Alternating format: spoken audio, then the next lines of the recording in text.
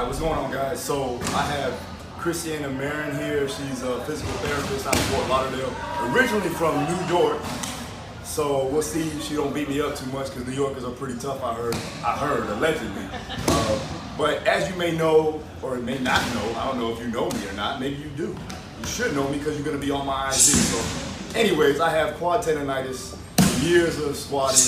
So we're going to try to see, we'll do some Graston pretty much and try to alleviate some of this stress because I will be competing in February for Battle of the Bay. And she's also here to work with some of the fighters after they're done hitting pads all day long. So we'll see how it goes. Yeah, anything to it? Like what's going on? What you expect out of this and anything? Sure.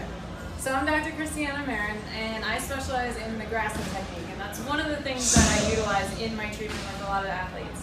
Specifically, what we're going to do with Phil today is that we're going to work on his quad. We're going to do it more of a broad approach, so I can show you different strokes that you can use with the instruments. And then we're going to get a little bit more local into the actual quad tendon and then around the knee, around the coronary ligaments. The purpose of Graston isn't to break down scar tissue, and that's what a lot of people are saying nowadays, that it can get rid of scar tissue, and it's not the case.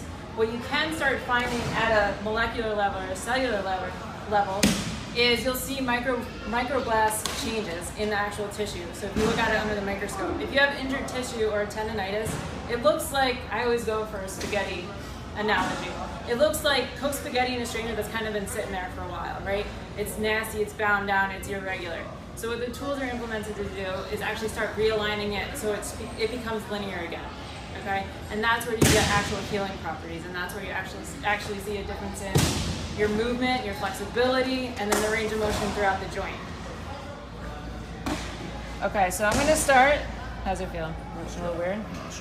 So you can actually kind of feel a crunchiness sensation, and that's what a lot of the athletes will say, oh, do you feel that crunchiness, right? And a lot of people say, oh, that's your fascia breaking. But it's not.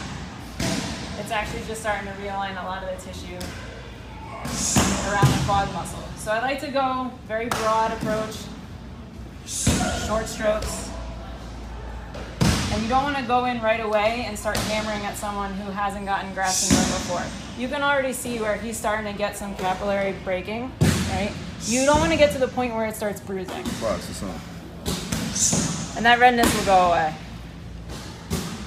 Normal bruising can happen after treatment. I always tell the guys to follow up with BioFreeze. You resist me, so kick out. So you can actually see where that separation goes, and then I can get right in there. And that's probably not it.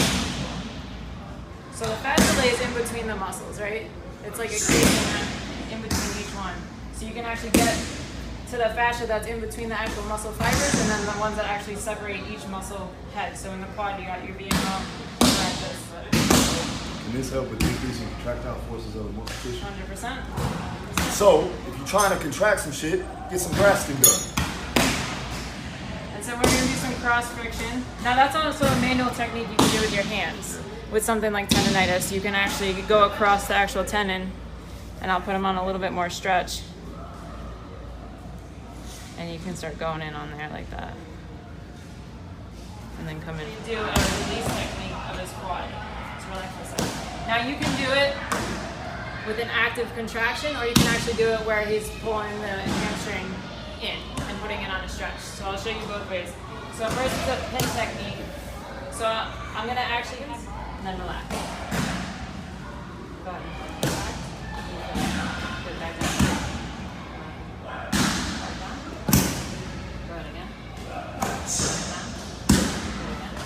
So then you can actually mobilize the kneecap here too. So you start throwing in a little bit more of your manuals. So you can see he's got really good medial tracking of the kneecap. What'd you do there? I was a kid. I'm probably like 7 years old. I lived in the fucking the streets, man. I was from the streets. Literally, I slid into some glass when I was playing baseball. Yeah. So make quad for me. Pain? Okay. A little bit of crepiness in the knee. So you can see how far the kneecap goes laterally, which is very highly indicative of knee issues. Yeah. And then you can see it doesn't go as far medially. which is common in a lot of athletes. Now if I go down, he moves okay, he's got a little bit of crunchiness, but you can actually play, yeah, that one's a little bit crunchy. So he's got a little bit of chondromalacia underneath his kneecap, and that's very common. So the great thing about the Graston tools too is when you're working with an athlete, you can actually do a full assessment with the athlete and look at the slings in their body. So you're looking at how can this affect his right shoulder, right? Left knee problem, right shoulder. And you could probably find some disadvantages in his actual right shoulder movement compared to his left knee. Like that. And let's look at the different slings with the body too. Again, the Graston is just a passive modality. So you also always want to, do some corrective exercises with that athlete, do a good assessment, do the treatment, and then show them corrective exercises afterwards. And you'll find he's got a lot of crevices down there.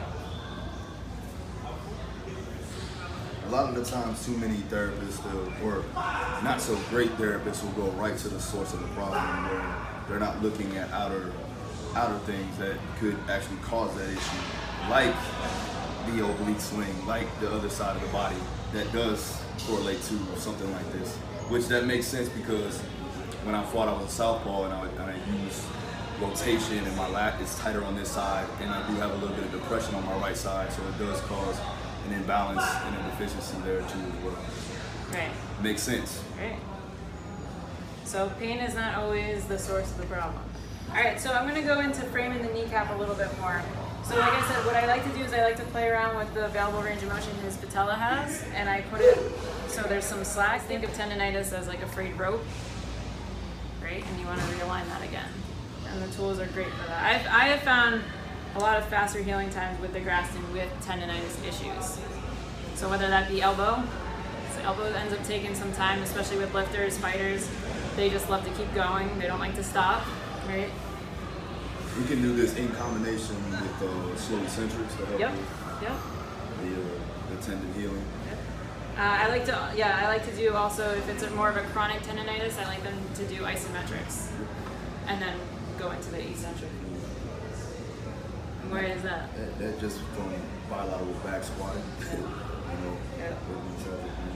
A lot of my powerlifters have a lot of adductor compensation, and a lot of what I focus on with them is external rotation strength, abduction strength, because they compensate so much with that adductor. And you'll see them squat, and once they get to those heavier weights, where you get into a 3 rep max, 1 rep max, you'll actually find that their knees end up caving in. So you want to address that stuff too. All right, so now I'm going to hit into Phil's adductor. Hang on, so I'm going to do a broad stroke first, and then I'm going to show you guys how I'm going to just separate the adductor muscles. And I call it a fillet technique. So you actually can get in there and separate it. That fucking sucks. So you got to know your anatomy.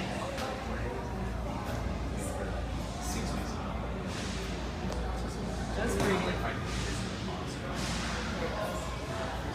Like you can feel it breaking up. Yep. Just going right into the tissue. And I'm curious, when are you lifting next? I hit legs today. Oh, sorry. Should do a little bit of legs afterwards, like probably tomorrow, just light. See how it feels too. What should I do? You can do it. What did you do today? You like deadlifts? I pulled it. Okay, so I would just do a little bit of quads and just get the blood pumping into it. You pull light, you don't have to get heavy. So a lot, what you'll find is after the Graston, if the athlete goes and works out, I always say to do it kind of light, and they'll get a really good pump from it too. They're actually going to feel a lot more than they probably have. All right, guys. So I'm gonna continue to get, pretty much damaged on, but also repaired at the same time. Going through a little bit of pain. Thanks for watching. I'll also put up her IG so you can click her link and go ahead and see all the stuff that she's got going on. Thanks for watching. I'll see you next time.